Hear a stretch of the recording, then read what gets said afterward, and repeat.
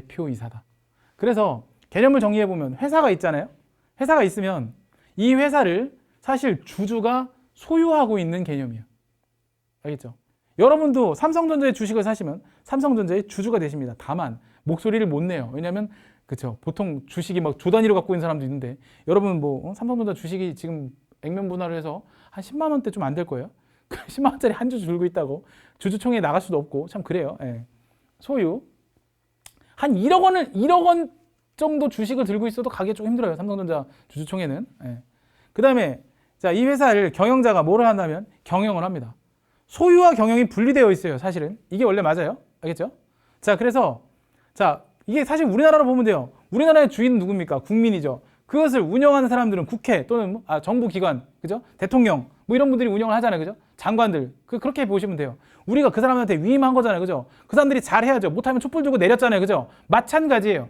주주가 경영자한테 자 잘해봐 라고 맡겨놨는데 이 새끼가 다 똑바로 못하고 막 그죠? 이상한 짓 하고 그러면 어떻게 됐어요? 촛불 때 그랬던 것처럼 다 똑같이 그렇게 할 수 있어요. 회사도 마찬가지. 하물며 국가가 그러는데 회사가 오죽할까요? 그죠? 똑같습니다. 그래서 똑바로 못하면 이사 임기가 2년이지만 2년도 못 채우고 잘리는 이사들도 부지기수예요. 정상적인 중견기업 대기업들은. 그래서 뭐 그런다고 하더라고요. 어떤 회사에서 30년 40년 근무했던 사람이 부장으로 있다가 갑자기 이사로 승진하면 아 회사가 나를 나가라고 하는구나. 그래서 명예퇴직의 하나의 수단이 사실 이사 승진이기도 해요. 내가 나이에 비해서 또 너무 빨리 이사 승진했다. 내 능력에 비해서 너무 이사가 빨리 승진했다라고 생각하면 이건 회장님의 뜻이에요. 너 좀 있다가 나가. 2년 있다가 나가. 내가 너 조용히 보내줄게. 이거예요. 그럼 별로 좋은 건 아니에요. 네, 실제 그래요. 네. 제 친구가 지금 삼성전자 본사에 있다가 지금 내려왔는데 하향 지원해서 내려왔는데 그 친구가 그 자리에 있었으면 서초동 사옥에 있었어요. 거기 있었으면 걔가 임원까지 갈 거였는데 본인은 그냥 조용히 내려왔다 하더라고요. 예, 들어온 걸 보기 싫어서 자기는 임원 승진을 최대한 늦게 하고 싶대요. 강원도, 마라도 막 이런데 제주도로 발령나도 자기는 가고 싶으니까 예, 삼성전자에 벽에 똥칠할 때까지 일하고 싶다고 하더라고요. 네, 그 친구에게 나중에 또 얘기해 줄게요. 재밌어요, 그 친구. 어쨌든 소유와 경영이 분리되어 있다. 그래서 소유하고 있는 주주가 경영자한테 위탁을 합니다. 경영자 입장에선 그죠? 주주한테 뭐를 받는 거예요? 위탁을 받는 걸 수탁이라고 합니다. 수탁을 받았으니까 수탁 책임이 있는 거예요. 그래서 수탁 책임을 주주가 경영자한테 내 대신 맡겨봐. 주주, 난 돈밖에 없어. 네가 경영을 잘한다며. 네가 한번 맡아봐. 이거예요. 이렇게 생각하시면 돼요. 자, 됐고. 이 내용은 30페이지 하단에 나와 있는 내용이죠. 예, 30페이지부터 31페이지까지 나와 있는 내용입니다.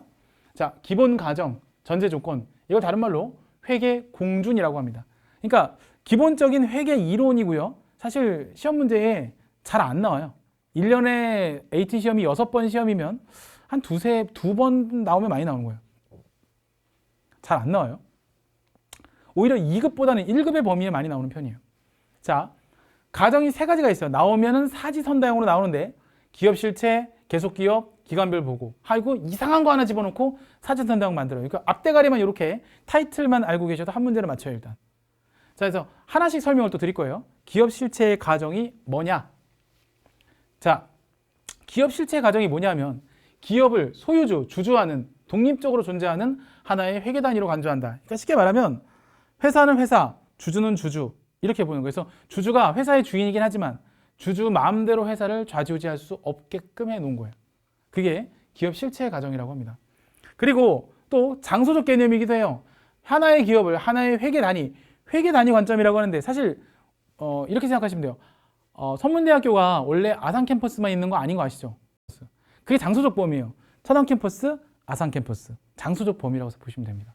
그래서 이거를 그리고 또 소유주와 별도의 회계 단위로서 기업 실체 인정하는 것 이렇게 보시면 될 것 같고 좀 더 자세한 설명이 여기 나오죠. 기업의 경영활동을 기록 계산하기 위해서 장소적으로 쪼개놓은 범위를 우리가 회계 단위라고 하는데 본점, 지점 또는 본사, 공장 등으로 장소적, 우리 선문대학교 천안 캠퍼스, 아산 캠퍼스 이런 식으로 구분하는 게 장소적인 범위를 회계 단위라고 합니다. 아시겠죠? 용어 배우신 거예요? 자, 그 다음 계속기업의 가정이라는 게 있어요. 계속기업의 가정은 한마디로 일축하면 이거예요. 특별한 일이 없으면 회사는 망하지 않는다.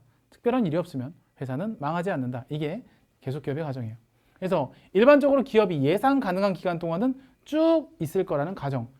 참 이게 정말 쉽지 않아요. 회사가 지금 요즘 같은 코로나 상황에서는 회사가 뭐 진짜 내일 없어져도 이상하지 않을 정도로 위태로운 회사들도 많아요. 그래서 일반적으로 그래서 우리가 왜 정부에서 재난지원금을 다른 말로 뭐라고 하는지 아세요? 이 돈 받고 버텨봐라고 해서 버팀목 자금이라고 하잖아요. 아 진짜예요. 버텨봐라. 코로나 힘들지. 정부에서 이 돈 줄 테니까 좀 먹고 버텨봐. 이게 버팀목 자금이라래요. 뭐 희망 자금 이게 아니야. 버팀목 자금. 이거 먹고 버텨봐. 얼마나 힘든데 지금. 그죠? 그래서 일반적으로 기업이 예상 가능한 기간 동안 영업을 계속하면 정말 좋아요. 제가 오리엔테이션 때 그런 얘기를 했어요. 정말 좋은 직업과 정말 좋은 직장이 있다. 정말 좋은 직업은 내가 하고 싶은 일 하면서 돈 버는 게 적정한 보수를 받는 직업이 좋은 직업이에요. 근데 그런 일 찾기 쉽지 않아요. 여러분들 각자 어떤 좋아하는 게 있고 그런 분야로 돈을 벌 수 있으면 정말 좋은데 그렇지 못하잖아요, 사실. 그죠? 각자 여러분들이 좀 좋아하는 그런 일들을 하고 싶은데 저는 뭐였냐면 저는 연극 배우가 제 꿈이었어요. 또 그리고 실제로 저는 연극 배우 생활을 대학로에서 했어요. 근데 그걸로 했다가는 처자식이고 뭐고 다 굶겨 죽일 것 같고 그때는 저는 결혼 안 했고 그리고선 군대를 끌려갔어요. 그래서 제가 제 군대 제대를 25살에 했는데 그러면서 이제 접었죠. 군대 가서 좀 여러 가지로 저는 육군 제3보병사단 백골부대라는 데를 갔다 왔어요. 근데 거기 보면 이제 철책선 경계 근무를 하는데 아무 생각 없이 멍 때리는 거예요, 그냥. 그러다 보면 내 지나온 인생을 되돌이켜보고 그날 뭐 이제 여러 가지 생각들을 좀 정리도 해보고 일기도 참 열심히 썼어요. 근데 그때 그런 생각할 시간, 어떤 외부와 단절된 상태에서 내 인생을 되돌이켜 볼 수 있는 그 시간이 없었다면 오늘의 저는 없었을 것 같아요. 과감하게 연극 배우의 꿈을 버릴 수 있었던 게 그때 제 인생을 좀 돌이켜봤는데 해놓은 게 아무것도 없던 거예요. 나이가 25살 될 때까지. 그래서 제가 25살 3월 달에 군대 제대를 했는데 25살 1월 1일 첫 해 되면서 이제 그때 제가 25살 때가 2003년이었어요. 2003년.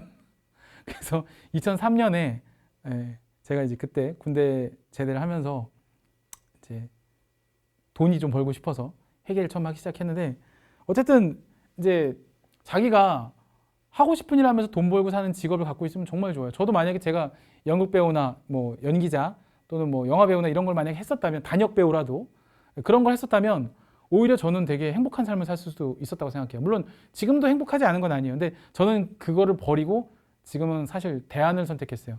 그게 이제 강의고 그게 이제 제가 일하는 세무회계 사무소인데 사실 좀 뭐 지금 와서 다시 연극 배우를 하겠다면 마누라가 칼 들고 쫓아올 것 같아서 못할 것 같고 아직도 우리 자식들은 10년 이상은 더 아빠가 뒷바라지 해줘야 될 것 같아서 그래서 좀 어려울 것 같고 또 한편으로는 또 하나가 뭐가 있냐면 이거예요. 두 번째가 이 직업은 그렇고 직장이 내가 다닐 수 있을 만큼 충분히 회사가 있어주면 정말 고마운데 그렇지가 못해요. 우리 학교에서 산학협력단이 있는 거 아시죠? 산학협력단이 있는데 여러 가지 프로젝트 사업을 해요. 프로젝트 사업을. 근데 그 프로젝트 기간이 뭐 우리 옛날에 아시죠? 에이스 사업이라는 거 들어보셨죠? 에이스 사업 뭐 이런 거 있고 순천향대는 프라임 사업이라는 게 있었는데 그런 사업이 되면요 예산이 들어와요. 옛날에 우리 에이스 사업 할 때도 예산이 들어왔었어요. 근데 그 들어올 때 사업 기간이 있어요. 그런데 그때 교직원 채용을 해요. 계약직 교직원을 채용을 해요. 그런데 그분들은 딱 2년밖에 일을 못 해요. 선문대가 너무 좋고 선문대 학교에서 더 일하고 싶은데 딱 2년 일하고 그냥 그만두는 거예요. 정규직 전환이 거의 없어요. 우리 학교는 거의 정규직 전환 없다고 보셔야 돼요. 많진 않아요. 근데 일반 직장도 마찬가지예요. 내가 회사를 정규직으로 취업을 했는데 회사가 갑자기 내가 다닌 지 2년도 안 됐는데 갑자기 회사가 망했어. 아니면 회사가 다른 회사로 인수합병이 되는 바람에 갑자기 구조조정이 돼서 내 자리가 없어지는 거야. 이거 정말 미치는 거예요, 진짜. 그리고 특히나 이제 이 문제가 제일 심각해요. 우리 여학생들 같은 경우도 이제 언젠가는 이제 결혼하시게 되면 임신, 출산, 육아, 그 다음에 다시 이제 사회로 복직 이렇게 하셔야 되는데 그걸 경력단절이라고 하거든요. 내가 20대 때 중견기업, 대기업을 다니던 정말 장래가 촉망받는 아가씨였다가 결혼을 했어요. 그러고 나서 아기를 낳고 다시 돌아와서 내가 아가씨 때 했던 일을 다시 해보려고 하면 다 이미 내 밑에 애들이 치고 올라와서 자리를 다 꿰차고 있으니까 내가 갈 자리가 없는 거야. 정말 그래요. 아마 여러분 부모님들이나 주변을 보셔도요. 이제 약간 그래서 약간 결혼을 안 하시는 풍조가 너무 심해요. 근데 이건 사회적인 문제일 수도 있는데 사실 직업 자체가 그러니까 꾸준하게 오래 일할 수 있는 직업이 사실은 그렇게 많진 않아요. 회사도 갑자기 이렇게 문 닫는 회사도 많고 특히 남학생들 같은 경우는 그나마 이제 그런 임신, 출산, 육아나 이런 게 없다 보니까 이제 그나마 좀 오래 버티는데 그것도 못 버티고 잘리는 친구들도 되게 많아요. 여러분들이 생각하시는 취업이라는 게 마냥 그렇게 장밋빛 미래만 있는 건 아니에요. 제가 선배들이 이렇게 10년 가까이 이 학교에서 10년 정도 있으면서 봤는데 3, 4년마다 한 번씩은 이직을 하더라고요. 예. 근데 회계 쪽은 3, 4년마다 한 번씩 이직을 하면서 연봉을 튕겨서 가는 게 일반적이에요. 저희는 이제 긍정적인 이직이 많은데 일반적으로 다른 데는 부정적인 이직들이 많더라고요. 그리고 회계는 경력자들이 우선으로 많이 채용돼서 어떻게든 회사에서 경력을 뭐 최소한 3년에서 5년 정도만 만들어 놓으면 자격증도 어느 정도 있고 하면 사실 부르는 게 값이에요. 그래서 초반에 연봉을 많이 받으려고 하시기보다는 자꾸 업그레이드를 시키고 경력 커리어를 쌓으면서 이직을 하면서 연봉을 챙기고 그렇게 가시는 게 이쪽의 업종의 어떤 생태계라고 보시면 돼요. 일단 그렇게 보시면 되겠고, 제가 이쪽에서 15년 정도 일을 했거든요. 현직자고 저는 지금도. 아까도 퇴근하고 지금 온 거예요. 오늘 아침 9시에는 사무실에 출근했다가 지금 퇴근해갖고 여기 와서 여러분 수업하고 있는 거거든요. 그러니까 현직자가 얘기해 주는 걸 좀 귀담아 들으시면 도움이 될 것 같아요. 자, 어쨌든 회사가 이렇게 계속 있어주면 좋은데 이제 망하면 회계적으로 말이 안 되잖아요. 그러니까 특별한 일 없으면 회사는 망하지 않는다는 기본 가정을 깔고 들어가요. 그리고 자, 기업은 청산이란 말 나오죠. 청산은 간단하게 폐업이라고 생각하시면 돼요. 장사 접는 거예요. 그래서 회사는 폐업하거나 중요하게 회사를 축소할 의도나 필요성을 갖고 있지 않는다는 가정. 그러니까 특별한 일 없으면 다음에 또 봐요. 뭐 이런 거죠. 예. 자, 그다음에 뭐 이거는 이제 어려우니까 넘어갈게요. 이거는 지금 보지 마세요. 예. 복습할 때도 이 문장은 보지 마세요. 지금 얘기 나오면 너무 어려워요. 사실. 저한테는 이 문장이 어렵진 않은데 여러분한테는 처음 보는 문장이죠. 너무. 그렇죠. 이건 교재에 있는 내용이라 제가 보지 말라고 일부러 써놨어요. 보지 마세요. 지금 어려우니까. 알겠죠? 이거 보지 마세요. 넘어갈게요. 자, 기간별 보고의 과정. 이건 뭐냐면 우리가 학교에서도 약속된 기간이라는 게 있죠. 여러분 학교에서 약속된 기간이 뭐예요? 일단 여러분과 저와의 약속된 기간이 있죠. 5주. 근데 여러분 학교 등록금 내면서 약속된 기간이 뭐예요? 방학, 학기, 그죠? 또 뭐 수업 시간, 그죠? 또 일부는 여러분들이 자율적으로 시간표를 짜서 이제, 그죠? 개강을 하고 수강 신청을 하고 하잖아요. 그런 것처럼 약속된 시간, 회계도 그런 약속된 시간들이 존재해요. 그래서 그 약속된 시간 안에 회계 정보를 전달해 달라는 과정이 기간별 보고의 과정인데 이걸 매일같이 보고하는 회사도 있을 거고, 그죠? 그 다음에 뭐 매주, 매월, 뭐 3개월마다 이걸 분기라 그래요. 3개월을 6개월 이걸 반기라 그래요. 그래서 앞쪽 반기를 상반기, 뒤쪽 6개월을 하반기라고 해요. 또는 후반기라고 하기도 하고. 예. 자, 그래서 기업 실체. 근데 자꾸 기업 실체라는 말이 나오죠.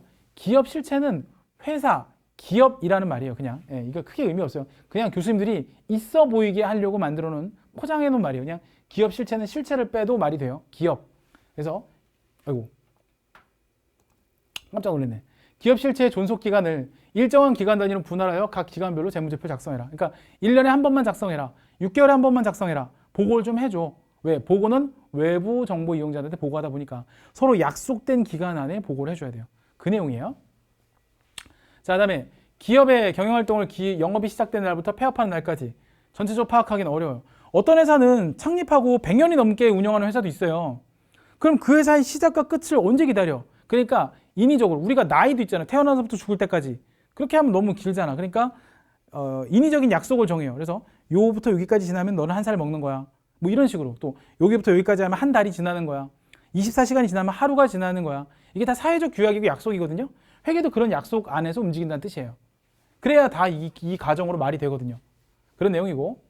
자, 요 내용이 나오는데 요 내용이 31페이지의 가운데에 회계연도라는 말이 나오죠. 회계연도가 나와요. 회계연도는 특별한 일이 없으면 1년을 넘지 않는 범위 내에서 기업이 자유롭게 설정할 수 있어요. 요 얘기는 좀 더 얘기를 해볼 건데 미리 말씀드릴게요.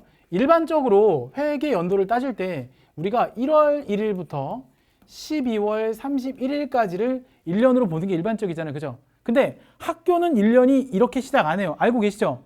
학교는 3월 1일부터 다음 연도 2월 말까지, 뭐 2월 28일이라고 할게요. 이게 1년이에요. 일반 회사는 이게 1년이고요. 학교는 이렇게 1년을 따져요. 학교 회계 기간은. 그래서 업종이나 어떤 성격에 따라서 소속되어 있는 어떤 업체의 성격에 따라서 회계 기간이 달라요. 특히 일본계 회계법인들, 그러니까 일본에서 우리나라 투자법인들이 많거든요. 그런 데들은 7월 달부터 다음 연도 6월 30일까지 이렇게 1년을 하는 회사들도 있어요. 다 틀려요, 이건. 그래서 일반적으로는 근데 이게 많죠. 특별한 일 없으면 그냥 일반적인 회사든 1월 1일부터 12월 31일 1회계 기간은 보는데 회계 기간은 꼭 1월 1일부터 12월 31일이 꼭 정답은 아니에요. 알겠죠? 회사마다 업종마다 다를 수 있다는 얘기입니다. 아시겠죠? 자, 그렇게 보시고 자, 넘어갈게요. 자, 그래서 자, 이제 지금부터는 시간 단위 구분할 거예요. 잘 보세요. 자, 1월 1일, 12월 31일 일반적인 경우를 얘기하는 겁니다. 자, 요거를 연초 또는 다른 말로 우리는 일반적으로 연초라고 하잖아요. 1월 1일, 연초, 정초. 근데 회계에서는 약속을 했어요. 이걸 기초. 그러니까 회계에서는요. 연도할 때 연을 기로 바꿔서 불러요. 그래서 올해를 단기, 작년을 전기, 그다음에 내년을 차기 뭐 이런 식으로 불러요. 자, 12월 31일 우리 연말이라고 하잖아요. 보통 그죠? 얘는 기자를 붙이면 연 대신 기를 붙여서 기말이라고 표현합니다. 기말. 그래서 기초, 기말 이렇게 표현을 하고요. 자, 작년을 뭐 전년도 이렇게 표현을 하잖아요. 전년, 작년. 근데 전기라고 표현합니다. 작년을 전기라고 해요. 그 다음에 자, 올해는 올해 회계 연도를 단기라고 해요. 단기. 그 다음에 차기. 이걸 내년을 차기라고 합니다. 회계 용어예요, 이게 다. 첫날은 용어가 진짜 많이 배우죠. 한 오늘 내일 요번 주는 거의 용어만 주구장창 배운다고 봐도 돼요. 용어랑 법칙을 배워요. 거의 튜토리얼이에요, 요번 주는. 자, 그래서 역시나 회계는 1년을 넘지 않는 범위 내에서 회계 연도를 설정합니다. 아시겠죠? 꼭 기억하시고 좋아요. 자, 그리고 중요한 내용인데 이 부분은 지금까지는 조금 비몽사몽이어도 지금부터는 또 정신을 차리셔야 되는 게 이 밑에 나와 있는 말들이 시험에서 많이 사용되는 시험 문제로 직접적으로 얘가 뭐다라고 나오진 않지만 문장을 해석해야지 문제를 풀 수 있는 문제들이 있어요. 분명히 한국어인데 해석해야 되는 한국어가 많아요. 회계는. 그래서 이거 잘 들으셔야 돼요. 12월 31일을 표현하는 몇 가지 표현들이 있어요. 잘 들어보세요. 12월 31일을 다른 말로 결산일이라고 얘기도 하고요. 다른 말로 보고기간 종료일이라고 표현하기도 해요. 그리고 자, 재무상태표가 아까 재무상태표가 뭐였어요? 일정 시점에 재산 상태를 나타내주는 정태적 보고서, 그죠? 그게 작성되는 날이다. 그래서 12월 31일을 다른 말로 재무상태표일 이렇게 표현하기도 해요. 이렇게 표현이 한 3-4가지 정도가 되는데 이런 말들이 시험 문제에 문장으로 나와요. 뭐 어떻게 나오냐면 다음 중 결산일 현재에 뭐 이렇게 얘기하고 다음 중 12월 31일 현재에 뭐 이렇게 표현하기도 하고 또는 뭐 다음 중 보고기간 종료일 현재의 상품의 재고는 얼마인데 뭐 이런 식으로 얘기를 하면 보고기간 종료일이 뭐지? 이렇게 고민하면 안 돼요. 당연하게 나와야 돼요. 우리가 사과를 보면 여러 가지 표현이 있죠. 링고, 애플, 뭐 그죠? 슈레이구어 뭐 이렇게 여러 가지 외국어로다가 배운 사람들은 저게 우리나라 말만 생각나는 게 아니라 각자 전공어대로 생각이 나거나 또는 적어도 내가 아무리 영어를 몰라도 사과가 애플이라는 거 정도는 어렸을 때 어린이 유치원에서 배웠을 거예요. 그죠? 유치원 영어로 배웠을 거예요. 그죠? 그 정도로 우리가 생각하는 것이 있듯이 얘도 탁탁탁탁 튀어나와야 돼요. 문제를 풀려면. 문제를 풀어야 합격을 하실 거 아니에요. 그죠? 그래서 이런 내용들이 있다라고 보시면 되겠습니다. 아시겠죠? 자, 됐습니다. 자, 요번 시간은 요까지만 하는 걸로 하고요. 요번 시간은 조금만 쉬고 바로 수업할게요. 40분까지만 쉬었다가요. 마지막 시간 한 40분 정도, 30-40분 정도만 조금만 수업하고 오늘 일찍 마칠게요. 알겠죠? 그래서 9시 40분까지 다시 들어오시면 되겠습니다. 알겠죠? 자, 좀 쉬었다 할게요. 선생님 질문 있습니다. 아, 네, 말씀하세요. 나가셔도 돼요, 다른 분들은. 네. 제가 아까 재무상태표랑 손익계산서 시 개정할 때요. 아, 예. 차변이랑 대변 말씀하신 것 중에 네. 차변에 자산 들어오고 대변에 네. 부채랑 자본 들어온다는 게 네. 들어오는 쪽 나가는 쪽 설명해 주셨는데 그게 음. 이해가 안 돼서요. 잠깐만요. 이거요? 네. 네. 자, 들어오는 쪽 나가는 쪽. 이게 모르겠다는 거예요? 들어오는 쪽 나가는 쪽은 모르겠다는 거예요? 자산이 뭐 그러니까 들어온다고 생각했는데 차변은 이제 타산 들어왔잖아요. 네요. 아니, 근데 나중에 또 네. 아 맞네. 그러네요. 죄송합니다. 아, 근데 이제 하나 더 말씀드려 볼게요. 이게 자산이 이제 제가 이렇게 표현했는데 사실 이게 최종적으로 잔액이 남는 쪽이에요. 잔액이 남는 쪽이라고 생각하시면 되는데 제가 간단하게 뭐 지금 쉬는 시간이긴 한데 어차피 이게 뭐 배우실 거긴 한데 제가 미리 스포일러를 좀 드릴게요.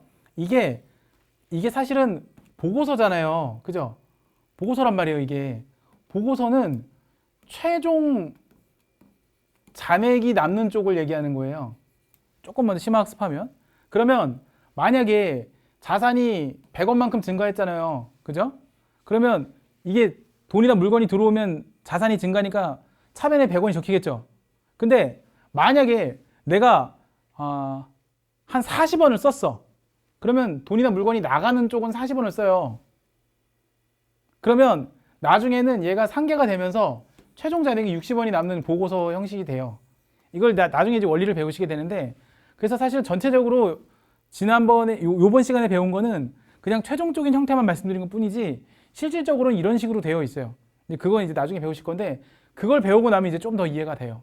근데 확실히 들어오면은 이쪽, 나가면 이쪽 이렇게 적히는 게 맞기는 해요. 그리고 최종적으로는 두 개가 다 퉁쳐져서 남는 쪽 이렇게 적히는 게 맞아요. 근데 요거는 나중에 또 심화해서 말씀드릴게요. 예. 다른 것도 궁금한 거 없어요? 네, 이해됐습니다. 알겠습니다. 좀 쉬었다가 이따가 다시 뵐게요. 네.